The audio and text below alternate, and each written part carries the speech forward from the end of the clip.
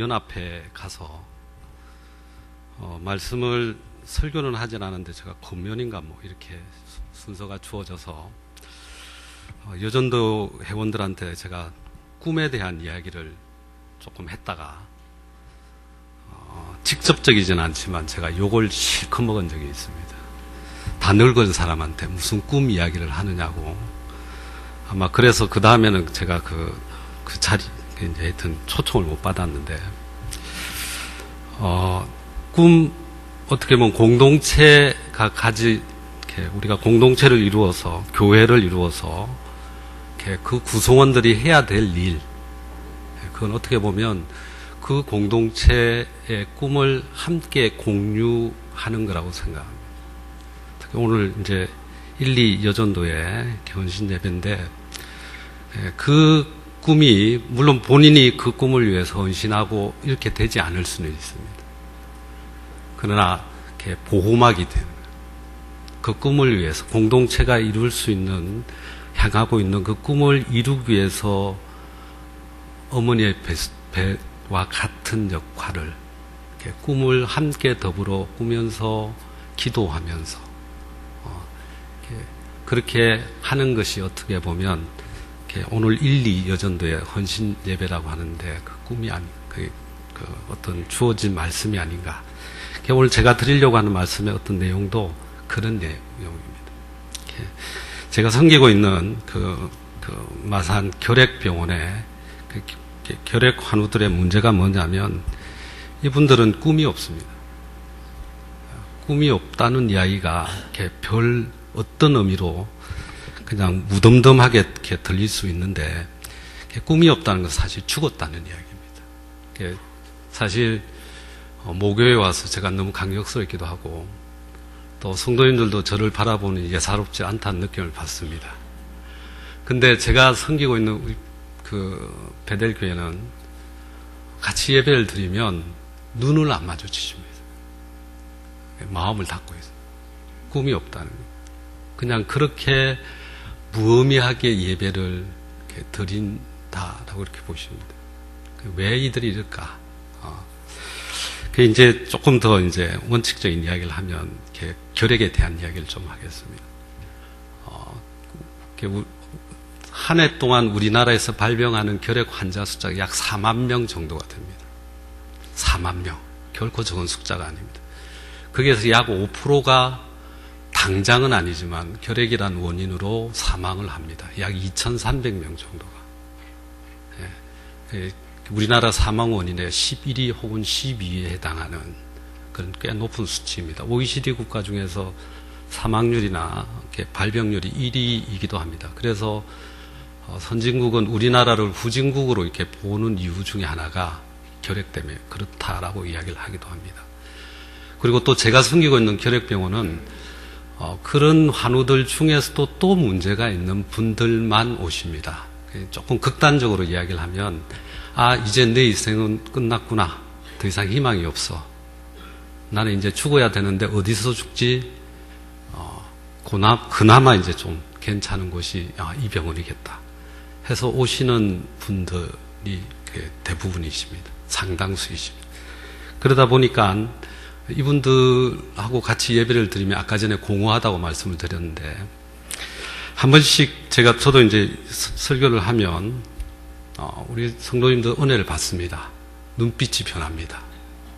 말씀에 이제 감동을 받으신 것 같아요. 그래서 이분들도 변화되겠구나. 내일이면 뭔가 결단하고 새로운 삶에 대해서 결단하고 이렇게 나가겠구나라고 희망을 가져봅니다. 그러면서 내일을 기다립니다. 근데 막상 내일이 되면 변화가 없습니다. 그대로입니다. 오늘 말씀해 보면 길가에 뿌려진 씨앗, 변화가 없어서 새가 와서 먹어버리는 우리 교우들이 좀 그런 것 같아요. 저도 이 본문 말씀으로 설교를 참 많이 들었는데 많은 설교하셨던 목사님들이 길가는 예수 안 믿는 사람들이야 라고 이렇게 말씀을 많이들 하시던데 제가 함께 예배를 드리고 있는 이분들이 그럼 예수를 안 믿는 분일까라는 의구심을 이제 가지게 됩니다.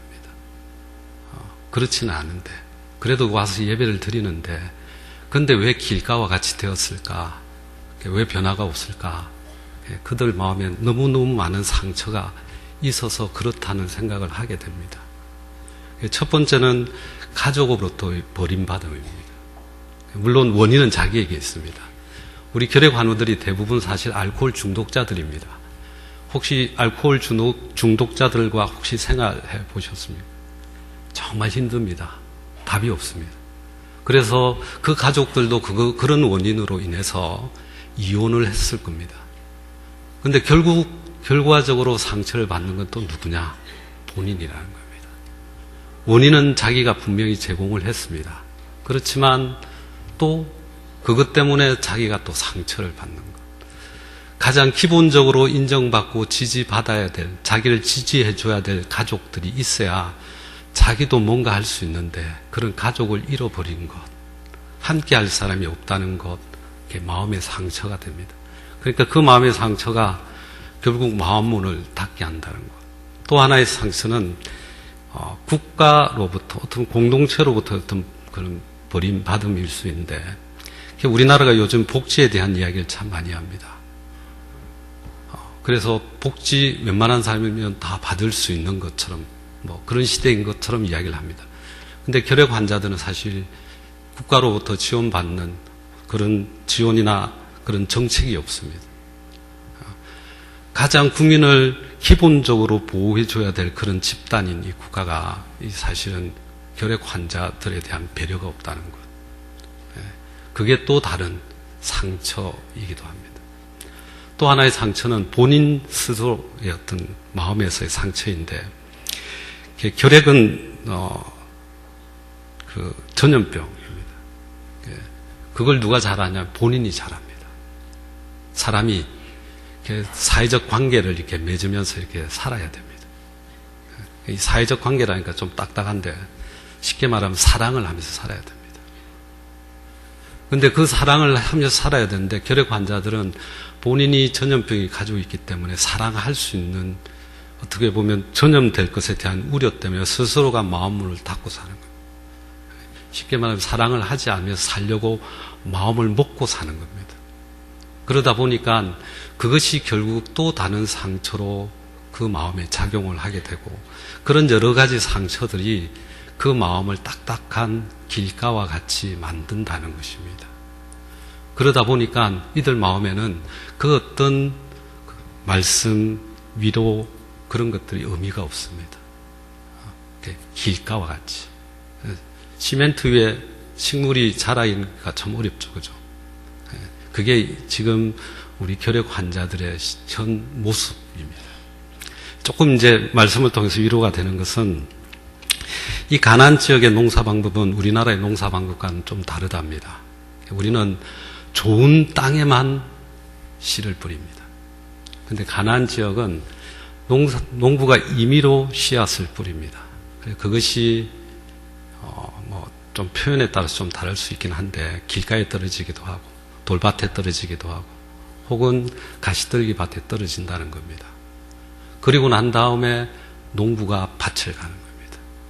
그래서 그 밭이 좋은 밭이 되어서 30배, 60배, 100배의 결실을 맺는.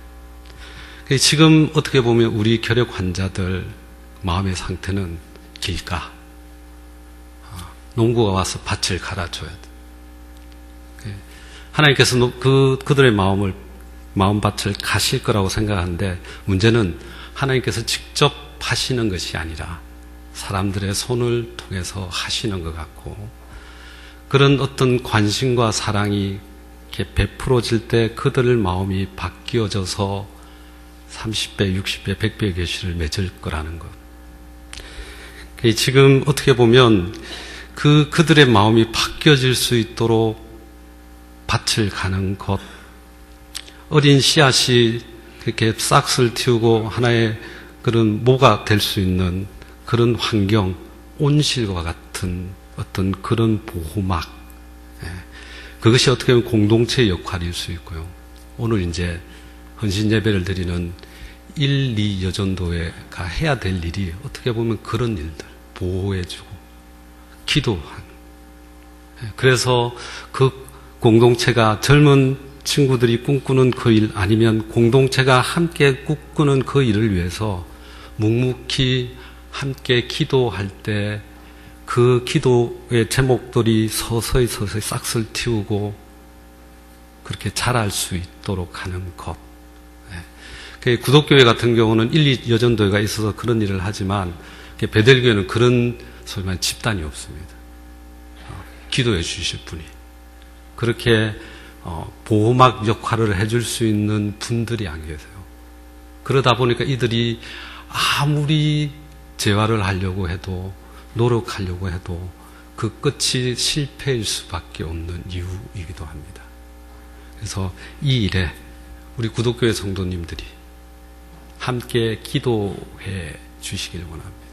또 물질적으로도 후원을 해 주시면 그 일을 통해서 분명히 결핵 환우들, 지금은 길감, 그 어떤 것도 잘할 수 없는 그런 환경이지만 예수님의 명령에 따라서 마가의 다락방에서 기도했던 그 120명의 성도들처럼 그런 보호막이 있다면 우리 결핵 환우들도 그렇게 기도하면서 꿈을 꾸게 될 것이고 그 꿈을 이루기 위해서 그들이 결단하게 될 것이고 변화되어질 것이고 그렇게 은혜를 또한 자기들만 누리는 것이 아니라 땅끝까지 이르러 복음을 전하는 역사가 그들을 통해서 이루어지지 않을까 하는 생각을 해봅니다.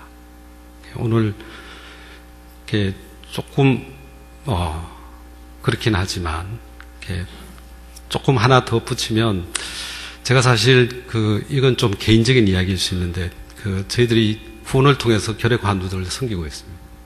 또 하나는 지금 병원이 이번에 신축을 하요.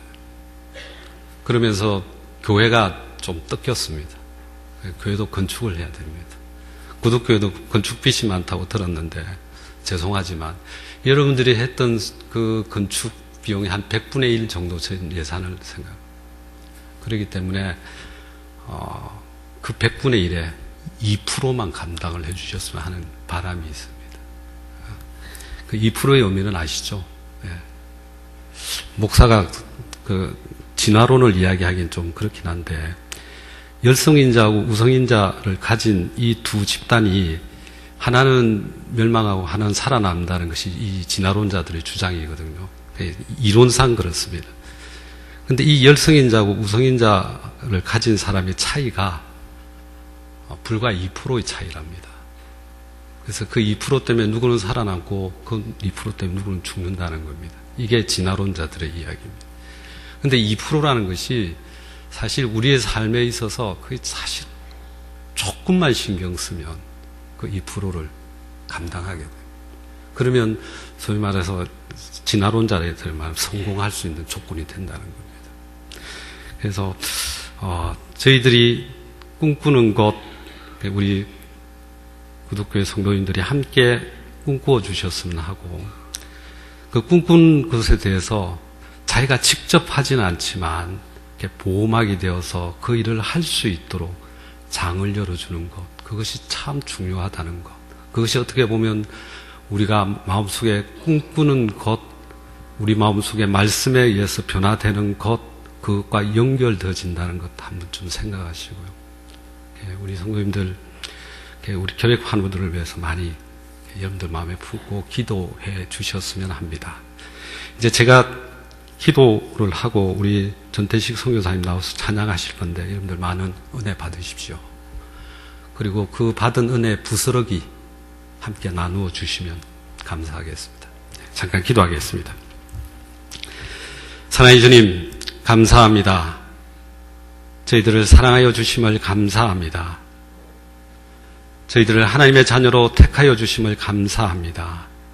이 은혜, 이 사랑 우리가 감사함으로 표현하는 저희들의 믿음이 되도록 도와 주시옵소서. 또한 그 은혜를 이 시간 우리가 찬양함으로 표현하길 원합니다. 우리의 마음문을 열고 이 시간 주님을 찬양하는 그런 귀하고 복된 시간 되도록 도와 주시옵소서. 예수님 이름으로 기도드립니다. 아멘.